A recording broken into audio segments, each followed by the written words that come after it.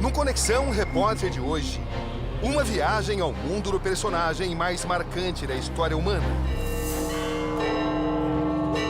Jesus Cristo de Nazaré. Uma investigação de fascínios e desafios.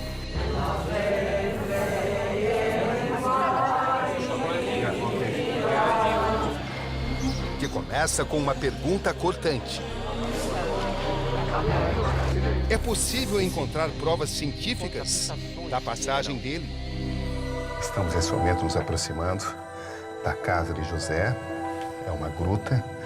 A gente tem que se abaixar. É uma passagem estreita.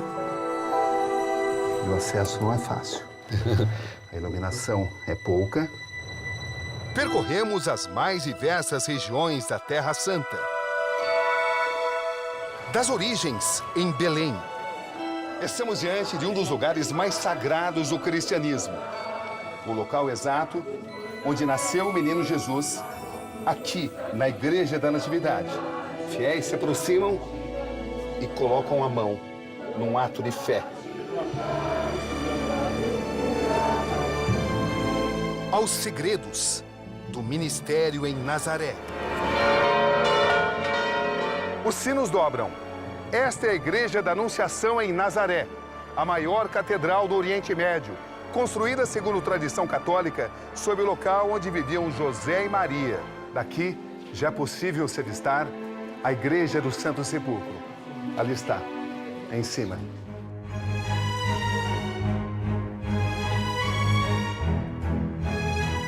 Nesse momento, o guardião da tumba de Jesus permite o nosso acesso a um dos locais mais sagrados do cristianismo.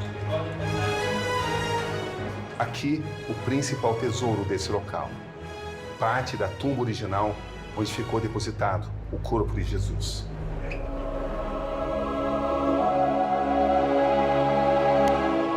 Mas o que é realmente verdade de tudo isso?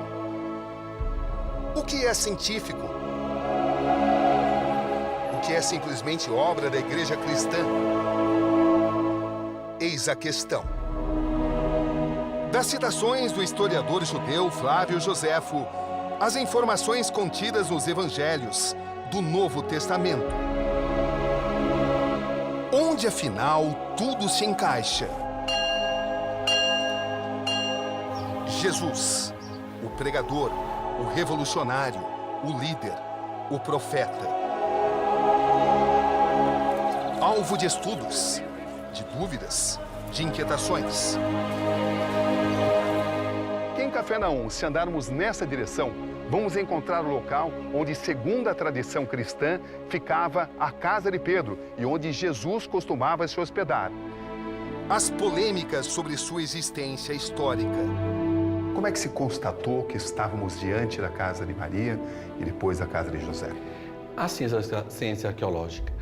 Os franciscanos, os nossos frades, eles sempre se preocuparam que, juntamente com o estudo das Sagradas Escrituras, dos Evangelhos, estudassem também a ciência arqueológica. Fé e razão numa discussão que atravessa séculos. Na trajetória humana, ninguém teve tamanho impacto. Inspirou o surgimento da maior religião do planeta. Estamos em Belém, na Autoridade Palestina, onde a lua cheia e as luzes da Igreja da Natividade compõem um cenário único. Aqui, há mais de 2000 anos, nasceu o personagem que iria dividir a história em antes e depois dele. Até que ponto a fé e a ciência podem entrar em comunhão? Em busca do Jesus histórico, começamos agora nossa investigação. Aqui, Roberto Cabrini. E esse é o Conexão Repórter de hoje.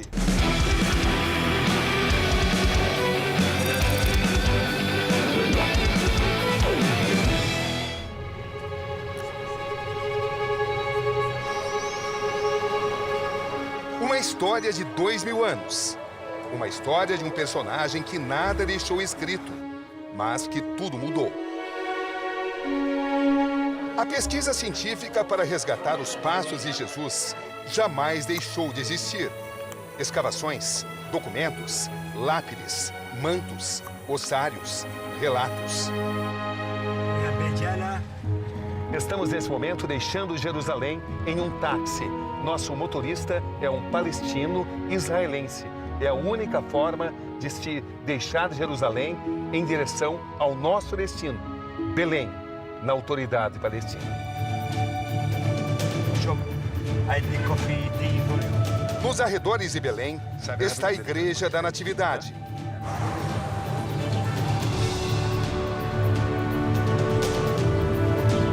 Sua porta é muito baixa. Todos têm que se curvar para entrar na basílica, simbolizando a humildade cristã. Foi erguida justamente onde a igreja acredita ter sido o nascimento de Jesus. Sua construção, segundo registros, atendeu o pedido de Santa Helena, a mãe do imperador Constantino, que adotou o cristianismo como religião do Império Romano. Foi iniciada em 339 d.C. e finalizada mais de 2 séculos depois, em 565. A Natividade foi roubada, incendiada, mas sempre resistiu. Aqui na Igreja da Natividade, em Belém, demonstrações que se seguem de devoção. Os fiéis se abaixam para tocar no local exato onde, segundo a tradição cristã, nasceu o menino Jesus.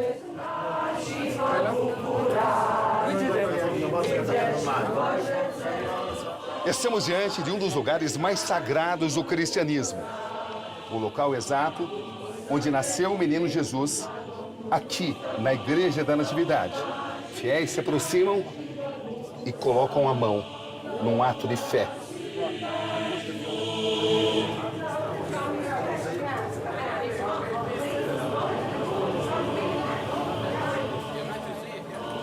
Na Igreja de Belém, um dos pontos mais importantes, a manjedoura, que embalou os sonhos do menino Jesus.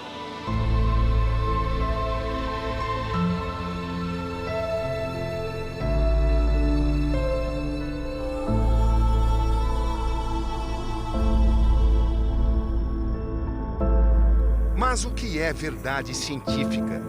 Os registros da vida de Jesus, fora do Novo Testamento, são escassos. Para encontrá-los é preciso fazer uma longa viagem a raros documentos. A Palestina dessa época era um território remoto do colossal Império Romano. Poucos escritores romanos não cristãos fazem menção a um certo Jesus. Por volta de 116 DC, o historiador Tácito fala da perseguição de Nero aos cristãos, acusados de incendiar Roma. Plínio o Jovem, governador romano da Bitínia, no noroeste da Turquia, também se refere à perseguição aos cristãos na mesma época. No ano 120 da era cristã, o historiador Suetônio, referindo-se ao reinado do imperador Cláudio, assim escreve: expulsou de Roma os judeus, que sob o impulso de Crestus, tinham se tornado causa frequente de tumultos. Suetônio, Vita Claudi, 25º.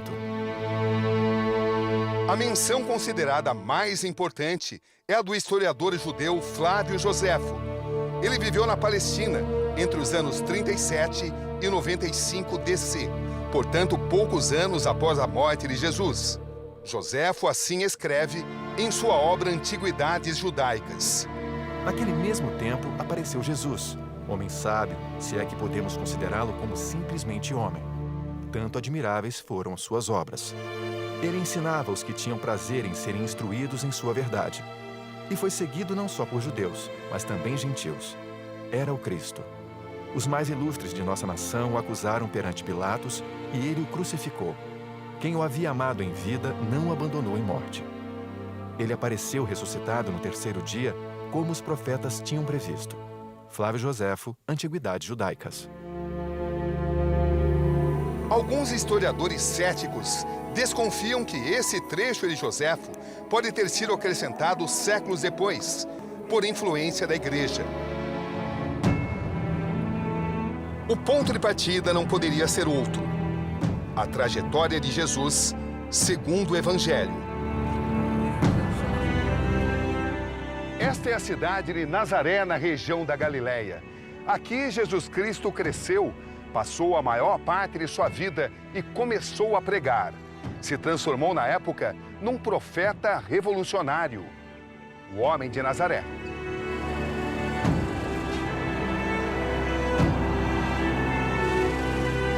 Ali a cruz, logo acima o minarete, uma situação comum aqui em Nazaré. A terra de Jesus tem hoje a maior população árabe de Israel e é também a sede da maior catedral do Oriente Médio, a Igreja da Anunciação.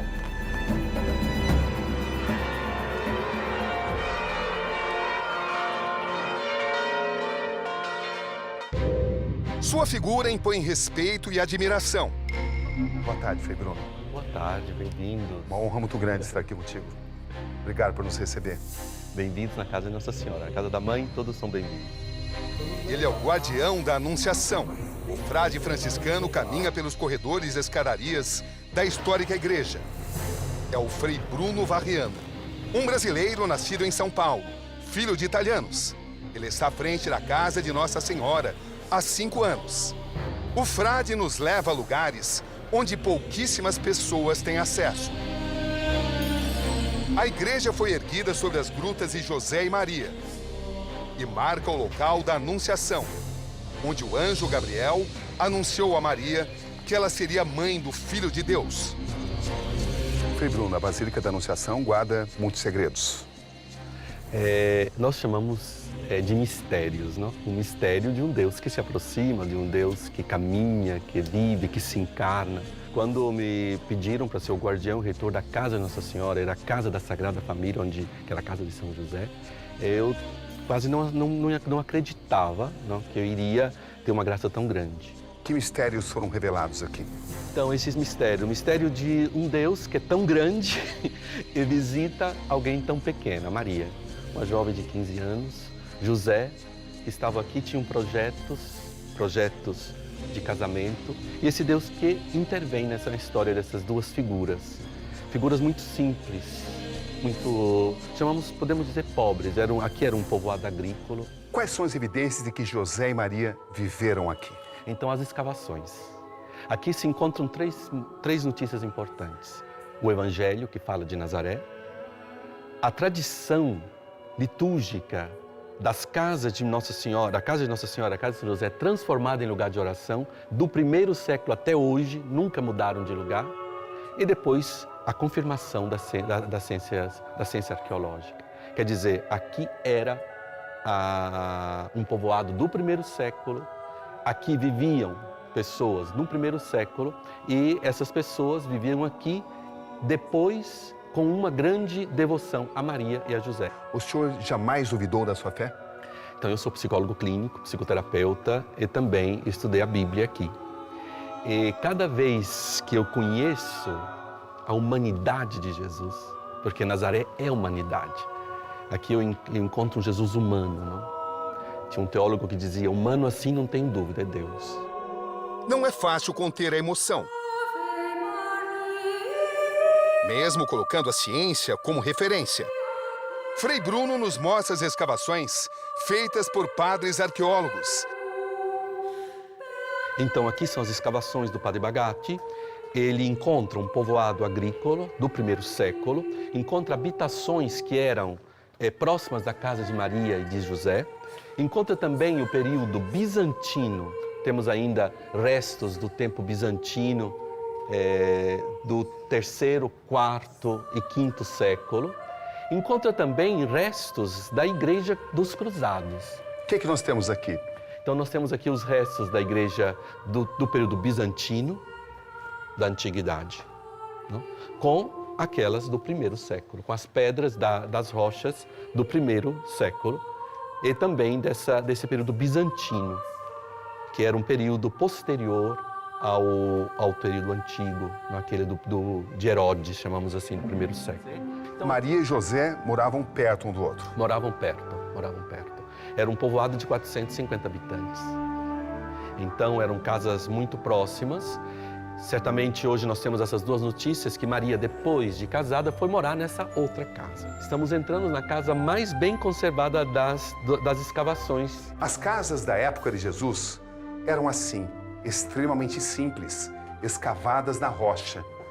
Teto muito baixo. Por andar aqui, eu tenho praticamente que me curvar. Aqui ficava a cisterna, a cozinha. Aqui, nessa espécie de armário da época, eram guardadas as especiarias, o sal, os condimentos. E aqui, a despensa. E se nós caminharmos nessa direção, iremos encontrar o forno. Os quartos ficavam aqui na parte superior, uma combinação de pedras com palmeiras.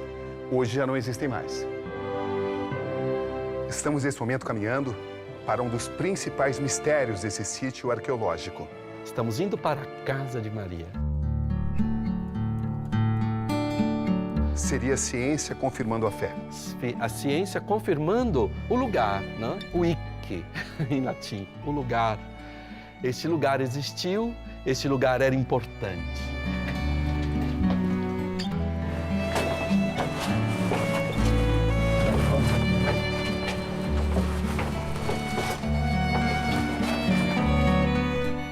Estamos dentro da casa de Nossa Senhora. Então nós temos toda a parte da rocha, está muito delicada, toda a parte da rocha, até a parte de cima, onde dava acesso para a parte superior da casa. Então nós imaginamos que aqui foi um pouco alivelado, mas a gruta era nesse nível da coluna. Essa é uma coluna bizantina. Então nós temos um período bizantino, que é do 3º século. Temos 2 colunas bizantinas dentro da gruta e outras também 4 colunas bizantinas fora da gruta. Qual é a evidência científica de que Maria viveu aqui, Frei? Então nós temos aqui o testemunho dos judeus cristãos, que transformaram a casa de Nossa Senhora em lugar de oração, deixando grafitos escritos. Hairo Maria. Deixavam sinais também de oração em hebraico, escrito nas pedras. Isso no 1º século. Não há nenhuma dúvida? Cientificamente, o lugar da encarnação, não. Essa casa, essa agraciada, que é uma palavra do Evangelho de São Lucas, que vem escrito na parede no 1º século, e dá então certeza que aquela palavra do Evangelho de São Lucas aconteceu aqui neste lugar.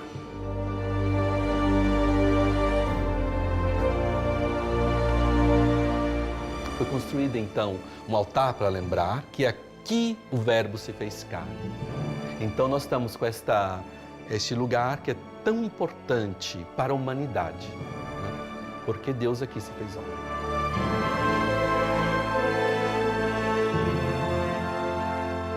O senhor fala sempre em casa de Maria, foi a casa de Jesus também. Sim, aqui era a casa da avó, era a casa de Santana, da mãe de Nossa Ou seja, ele estava aqui frequentemente. Frequentemente. Dormia aqui. Dormia aqui, por que não? Porque num povoado de 450 habitantes, uma criança não vai dormir na casa da avó. Vai visitar a avó, o avô, ia também para dormir uma noite, para passear durante o dia, ou para levar, quem sabe, uma encomenda da mãe. Então aqui era frequentado por Jesus. O que significa esse lugar para a fé cristã?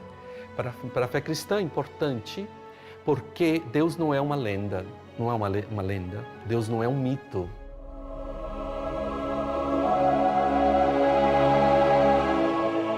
Então aqui é a parte superior da casa de Maria, que era, nós chamamos a cozinha de Nossa Senhora, porque se nós encontramos uns silos do 1º século lá no fundo, onde se guardavam os alimentos. Então é a continuação do povoado agrícola com as descobertas arqueológicas do 1º século. Frei Bruno nos reserva outras surpresas. Aqui, de Nosso Nazaré, destino a casa de São é um José, local onde poucas a casa pessoas onde Jesus têm viveu. permissão para entrar. Outro momento. Inédito. Poucos tiveram essas imagens porque não tem saída de segurança. Por isso é o lugar onde os peregrinos não entram. Onde essa porta vai nos levar? Então, vai nos levar à casa de São José, a casa onde Jesus viveu. A casa de São José, sobre a qual foi construída, nos séculos V e VI, a chamada Igreja da Nutrição. A casa de São José era chamada Igreja da Nutrição. Um peregrino do VI século viu essa igreja e ele deu esse nome, Igreja da Nutrição, porque aqui Jesus foi nutrido. A casa de José está no subterrâneo. Então, a casa de São José, ela está no subterrâneo e os peregrinos não veem. Os peregrinos veem somente pela uma janela que está ali. Eles veem os silos, mas embaixo realmente não todos entram. Poucas pessoas têm acesso. Poucas pessoas têm acesso porque não tem saída de emergência.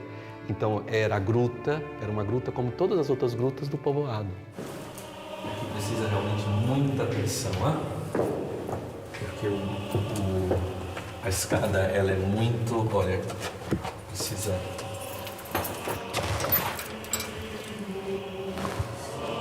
Estamos nesse momento nos aproximando da casa de José. É uma gruta.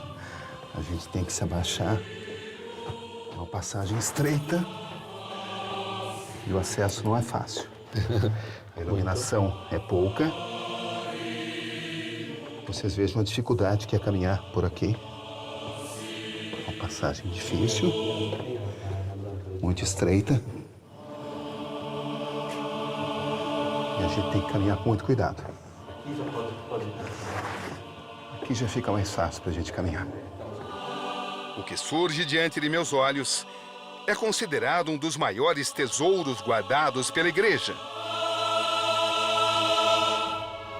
Aqui nós estamos a cerca de 200 metros da casa de Maria. Estamos aqui a 200 metros e na casa de José. Era uma casa grande, era a carpintaria dele. Nós aqui encontramos, temos sempre que ter muita atenção para caminhar, mas aonde eles amarravam as jarras para cozinhar. Encontramos também o lugar onde colocavam sal. Aqui é bem visível. Onde eles cozinhavam. Como é que se constatou que estávamos diante da casa de Maria e depois da casa de José? A ciência arqueológica. Os franciscanos, os nossos frades, eles sempre se preocuparam que, juntamente com o estudo das Sagradas Escrituras, dos Evangelhos, estudassem também a ciência arqueológica. Os estudos arqueológicos demonstram que José não só vivia, como também trabalhava aqui. Qual é a prova mais importante de que isso de fato aconteceu? Então, pela gruta, ela ter uma forma de uma carpintaria mesmo. Ela é maior do que as outras. Nós vemos sinais de habitação, mas também de lugar de trabalho, né? Nós temos um lugar onde certamente era a mesa, onde eles tinham realmente outras, não era hoje, nós vemos somente as ruínas, né? Mas era o lugar onde ele trabalhava. As evidências demonstram que Jesus praticou a atividade de carpinteiro aqui também? Então, certamente, ele vivendo até 30 anos na companhia do pai morreu antes, ele teve que exercitar essa profissão para cuidar da mãe. É tanto que Jesus fica aqui até 30 anos. No berço do cristianismo, igrejas e mesquitas dividem espaço.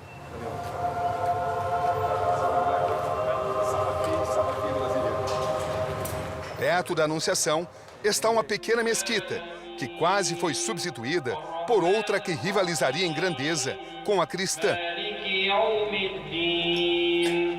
A poucos metros da Basílica da Anunciação, muçulmanos rezam a Alá. Na Terra Santa é sempre assim. A eterna disputa por espaço.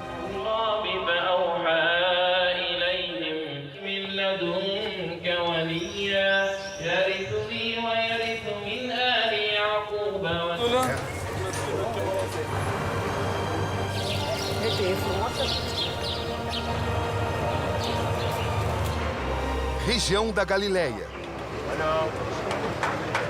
Aqui, aos 30 anos, Jesus é batizado por outro conhecido pregador da época. Sua vida mudaria para sempre. Seu batismo feito por seu primo João Batista. Tudo se resume em um imenso ato de fé. Para o cristão, tocar essas águas representa um instante mágico. Invariavelmente, todos falam que essas águas, onde Jesus Cristo foi batizado por João Batista, têm poder de cura. Todos registram que entram de uma forma e saem das águas do Rio Jordão de uma outra forma. Uma nova pessoa, um novo ser. Gente do mundo inteiro passa por aqui. Uma cena que se repete sem parar. Todos querem sentir a experiência de um novo batismo nas águas que banharam Cristo.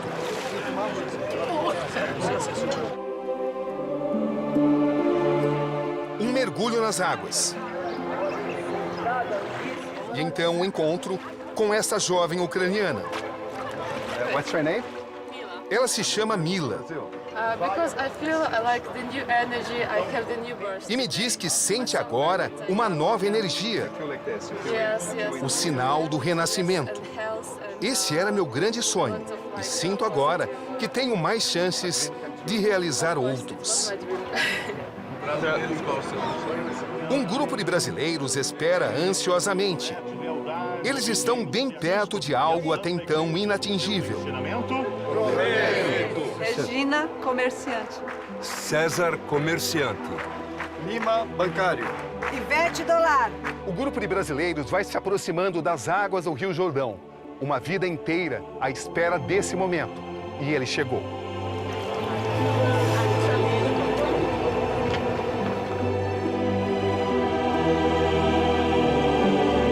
O que a senhora espera desse momento? Bênção de Jesus na minha vida. Obrigado. O que a senhora espera? Espero um Brasil melhor, um mundo melhor, paz de todo mundo. E aqui estou renovando a nossa fé. Tudo começa agora. Agora, graças a Deus.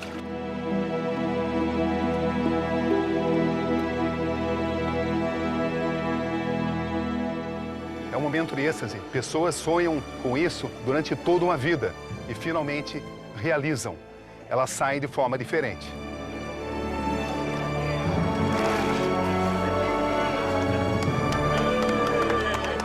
A cerimônia costuma levar de 3 a 5 minutos. Quando termina, eles não se sentem mais a mesma pessoa. Como é que a senhora está nesse instante? Renovada. Só sente uma diferença? Sim. Ela está no mesmo lugar que Jesus foi batizado. É muita emoção mesmo.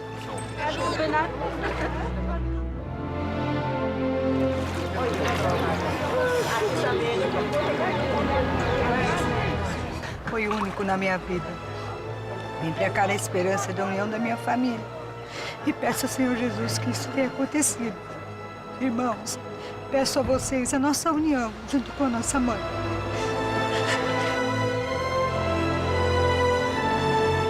Não se conhece os destinos dos originais escritos.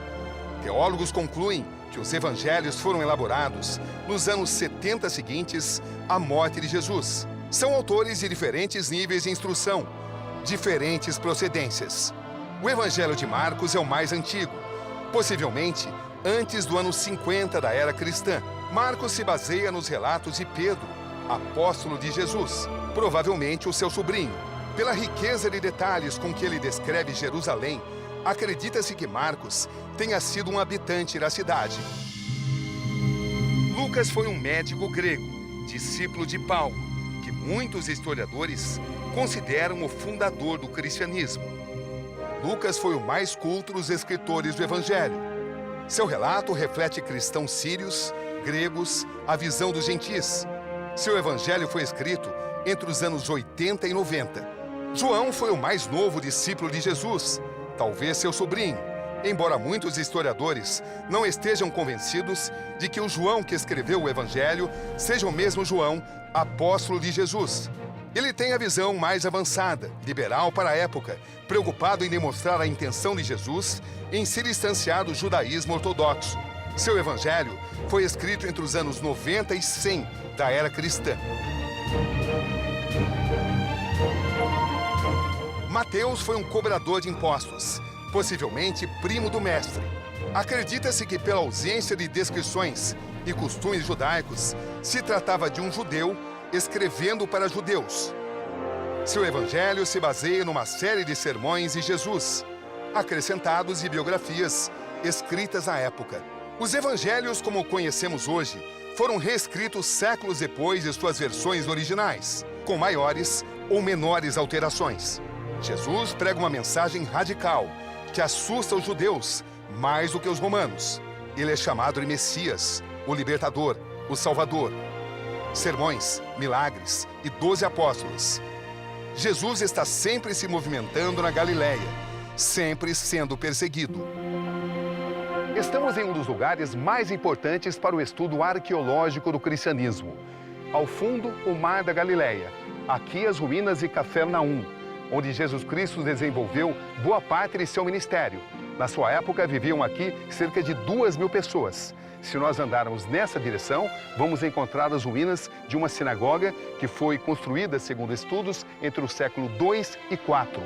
E se nós viermos aqui nesta direção, vamos notar a diferença entre essas pedras mais claras e as pedras mais escuras. As mais escuras são as ruínas da sinagoga do Templo de Jesus.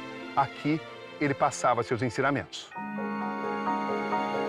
Vamos encontrar o local onde, segundo a tradição cristã, ficava a casa de Pedro e onde Jesus costumava se hospedar.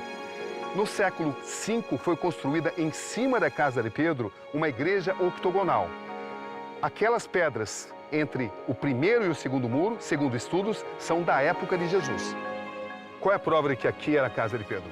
Então, podemos ver a igreja heptagonal que já está aqui localizada há 1.700 anos. Então a tradição e a prova é bem antiga. Acima disso, acharam aqui os arqueólogos mais de 100 moedas do mundo inteiro de peregrinos do mundo que chegaram aqui buscar o ponto que era a casa de Jesus. Aqui outro ponto importante. Estudos indicam que ali ficava a porta de entrada da chamada Sinagoga de Jesus. Aqui ele contestava os dogmas da época e começou a ganhar seguidores. A popularização de suas mensagens nunca mais iria parar. Nas ruínas, uma inscrição. Sinagoga Branca, construída no século IV, sobre o que sobrou da Sinagoga de Jesus. Esse é o frade italiano Salvatore Vilardi. Ele é categórico. Não há dúvidas de que Jesus esteve aqui. Pregou, passeou, ensinou. Exerceu suas atividades por pelo menos 2 anos. Leia a estátua qua molte volte. Vengo ogni 2 anni, almeno ogni 2 anni per portare i pellegrini. Suas mensagens ultrapassam as fronteiras da remota Galileia e chegam, enfim, à grande Jerusalém, a metrópole da região. Jerusalém está repleta de símbolos judaicos, cristãos e muçulmanos. A cidade é venerada pelas 3 religiões monoteístas. A disputa de cada centímetro dessa terra sagrada é motivo permanente de uma guerra sem fim pelo poder em nome da fé. No dia 2 de abril, domingo de Ramos, Jesus é aclamado pela multidão em Jerusalém. A ira dos sacerdotes tradicionais é incontrolável. Traído por Judas, Jesus é levado a Caifás, o sumo sacerdote. Acusado de heresia, é entregue aos romanos. Para o império, aquele pregador judeu tem pouca importância. Mas para o governador romano da Judéia, Pôncio Pilatos, é preciso aplacar a revolta dos sacerdotes. A trajetória final de Jesus à cruz até hoje é motivo de debate. Muitos historiadores acreditam que o percurso tenha sido desenhado por conveniência da igreja. O local é hoje ocupado por um intenso mercado árabe. Aqui começa a Via Crucis, a caminhada final de Jesus na Via Dolorosa em Jerusalém. No lugar onde hoje existe essa escola islâmica, construída há 500 anos, Jesus Cristo foi julgado há 2 milênios. É a primeira estação da tradição cristã. Esta é a Capela da Flagelação, a segunda estação. Aqui, depois de ter sido condenado à morte por crucificação, Jesus é flagelado pelos soldados romanos, recebe uma coroa de espinhos e é obrigado a começar a caminhar carregando a cruz. Aqui a movimentação é constante. Pessoas de todas as partes do mundo. Aqui a presença da polícia israelense. E a caminhada de Jesus, há 2000 anos, continua carregando a cruz. Neste local, onde foi construída em 1948 uma igreja católica armênia, Jesus cai pela primeira vez. Essa passagem é marcada por aquela imagem. Segundo a tradição cristã, a terceira estação.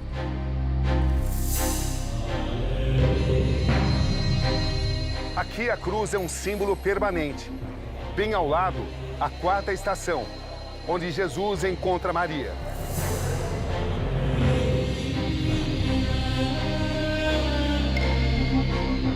Prosseguindo a Via Cruzes, chegamos finalmente à quinta estação.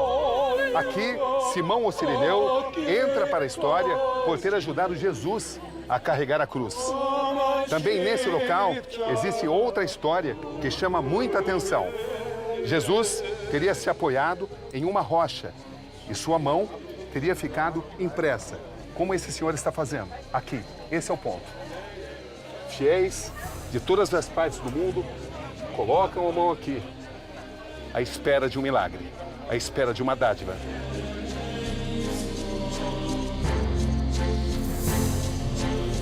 Esta é a sexta estação. Esta pequena capela, de origem greco-católica, marca o local onde Verônica teria limpado o rosto de Jesus, repleto de sangue e lágrima. Segundo a tradição cristã, o rosto de Jesus teria ficado impresso no véu usado por Verônica.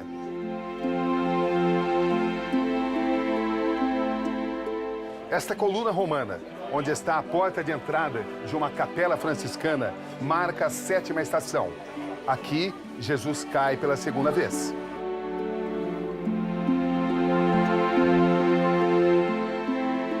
Aqui na oitava estação, Jesus consola as mulheres de Jerusalém. Ele vai perdendo as forças. O esforço é grande demais.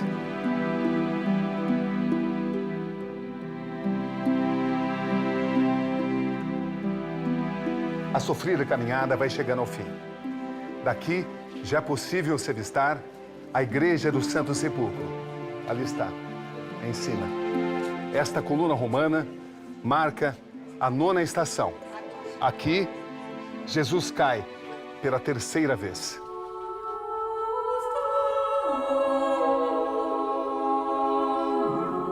A caminhada de cerca de 700 metros, repleta de obstáculos, está chegando ao fim. No trajeto, com a cruz nos ombros, Jesus foi torturado, humilhado, flagelado.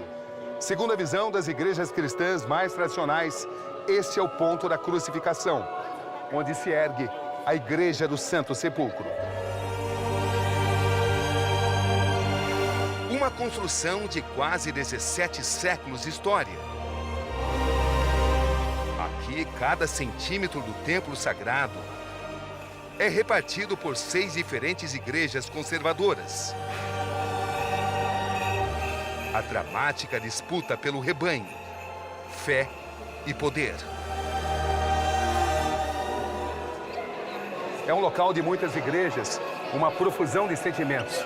Aqui, um local de muita emoção.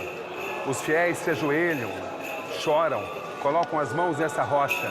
O local onde, segundo a tradição das igrejas mais conservadoras, o corpo de Jesus foi ungido.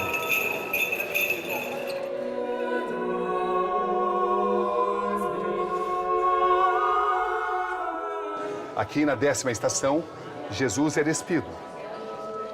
Na 11ª, ele é pregado à cruz. A longa fila leva ao altar grego, erguido sobre a rocha do Calvário. Assim tem sido há séculos. A mesma fé, a mesma devoção.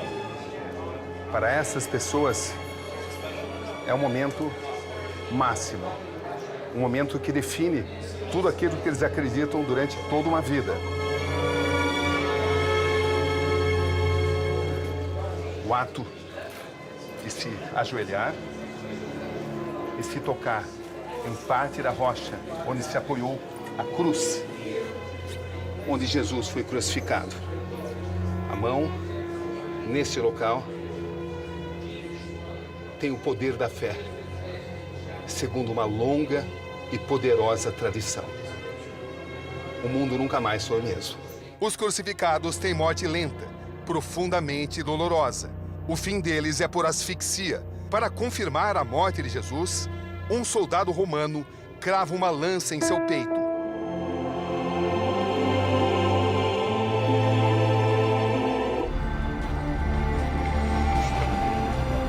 Esse é o guardião do sepulcro de Jesus.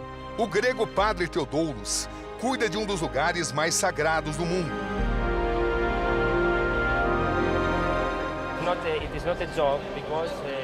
Ele diz que não vê a missão como trabalho, mas como um modo de vida.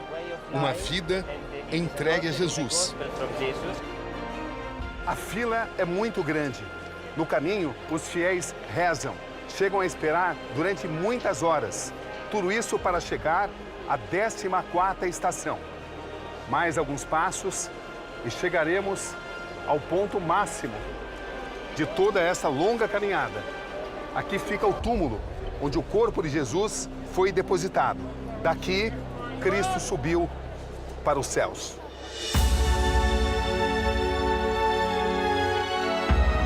Nesse momento, o guardião da tumba de Jesus permite o nosso acesso a um dos locais mais sagrados do cristianismo. De acordo com essa visão religiosa, que não é confirmada pela ciência, o corpo do Messias foi posto abaixo dessa pedra de mármore de cerca de 20 centímetros e daqui teria ressuscitado. É o lugar mais sagrado do mundo, diz o guardião. Aqui, o principal tesouro desse local. Parte da tumba original onde ficou depositado o corpo de Jesus.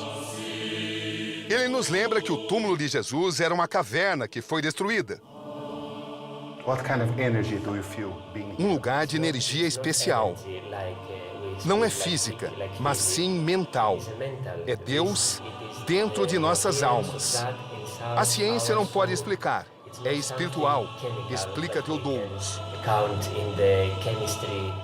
Para as igrejas protestantes e evangélicas, o verdadeiro local do túmulo de Jesus é outro. O Jardim da Tumba, próximo ao Gólgota, ou Calvário.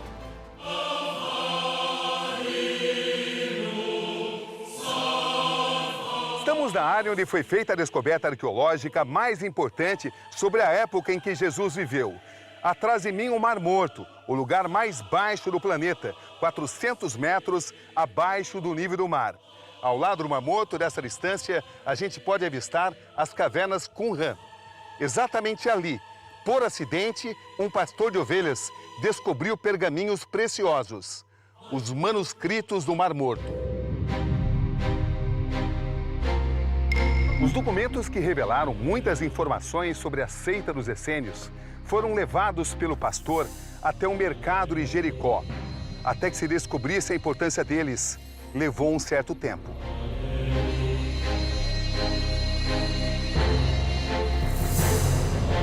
Os documentos estão em hebraico, aramaico, grego. Pertencem ao período que vai do ano 250 a.C. até metade do primeiro século da era cristã. As escrituras dos essênios são as mais antigas já descobertas do Velho Testamento. Os textos complexos, ainda em estudos, não falam especificamente sobre Jesus, mas se referem à vinda do Messias, talvez mais que um. As provas da Igreja Católica sempre foram vistas com muitas reservas pela comunidade científica. O Santo Sudário, o pano de linho com a suposta imagem do rosto de Jesus, alvo de várias contestações. Outra pesquisa contraria a imagem e traz outras características mais prováveis para o rosto de Jesus, levando-se em consideração o tipo físico, o tipo predominante na região e na época de Cristo. Uma caixa para guardar ossos, feita de pedra calcária, também é apresentada como indício arqueológico da existência de Jesus. Nela está escrito em aramaico: Tiago, filho de José, irmão de Jesus. Estudos indicam que o objeto é do primeiro século da era cristã. Por outro lado, apontam que a inscrição é perfeita demais e a forma do texto não corresponde aos usos da época. Nas ruínas da fortaleza de Cesareia, em frente ao mar Mediterrâneo, outra descoberta, uma pedra com a inscrição Tiberium Pontius Pilatus Prefectus Iuda, ou Tibério Pôncio Pilatos, prefeito da Judéia. Isso demonstra que os governadores romanos da Judéia, na época de Jesus, tinham o título de prefeito, contrariando historiadores antigos, como Joséfo, que os chama de procuradores. Uma comprovação histórica da existência de Pôncio Pilatos, fundamental para a do próprio Jesus. Na região de Canaã, na Galileia, arqueólogos descobrem fragmentos de pelo menos um vaso de pedra, semelhante ao usado por Jesus para fazer seu primeiro milagre, transformar água em vinho durante um casamento. Uma imensidão a perder de vista. O nome é Mar da Galileia. Na verdade, trata-se de um lago de água doce. São 19 quilômetros de extensão por 13 de largura. Estamos a 213 metros abaixo do nível do mar. A maior parte do ministério de Jesus aconteceu aqui nesta região, a região do Mar da Galileia. Aqui está guardado outro tesouro. A busca pelo Jesus histórico nos leva a esse barco de pescadores encontrado em 1986. Um achado arqueológico, um barco de 2.000 anos, um barco da época de Jesus. O barco mede 8 metros de comprimento por 2,3 de largura. Normalmente, micro-organismos já teriam destruído estruturas de madeira como esta. Mas os testes de carbono e as moedas recuperadas no local confirmam que o barco foi construído na época em que Jesus viveu. Não há outra região com tantas marcas de Jesus quanto a do Mar da Galileia.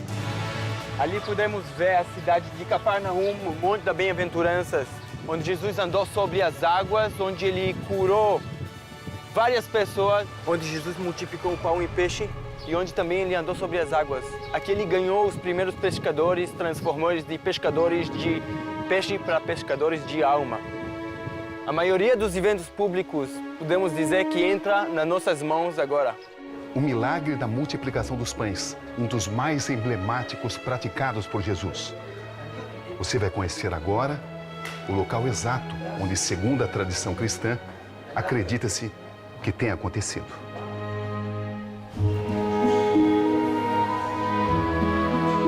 Jesus teria realizado aqui o famoso milagre diante de 5.000 homens. No local foi erguida a Igreja da Multiplicação dos Pães, pelos bizantinos, no século V, destruída 2 séculos depois e restaurada no século XIX.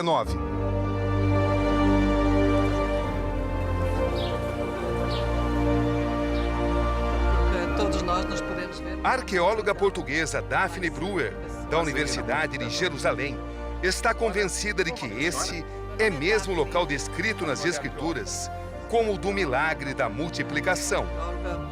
Este é o lugar da multiplicação dos pães e do peixe. Que certeza nós temos isso? Nós temos a certeza que já no fim dos anos 300, portanto 300 anos já depois de Jesus ter passado aqui, já os peregrinos nos falam sobre o milagre da multiplicação. Já os peregrinos nos dizem que neste lugar Jesus fez esse milagre.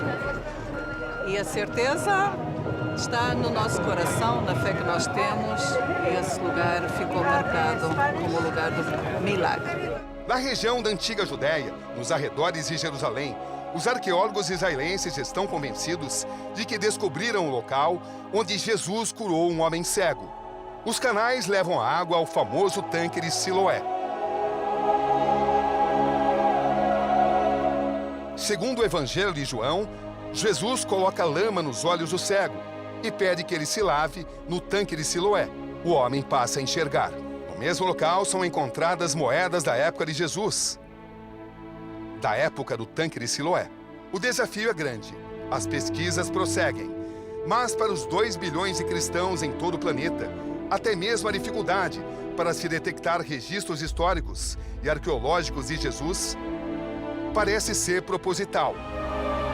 Apenas mais uma forma para se testar o maior patrimônio de qualquer cristão, a sua fé.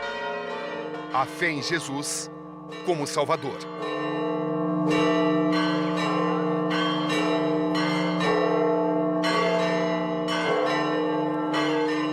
A ciência jamais vai poder explicar tudo. A fé sempre vai ser o componente insubstituível. Aqui, Roberto Cabrini. E esse foi o Conexão Repórter de hoje.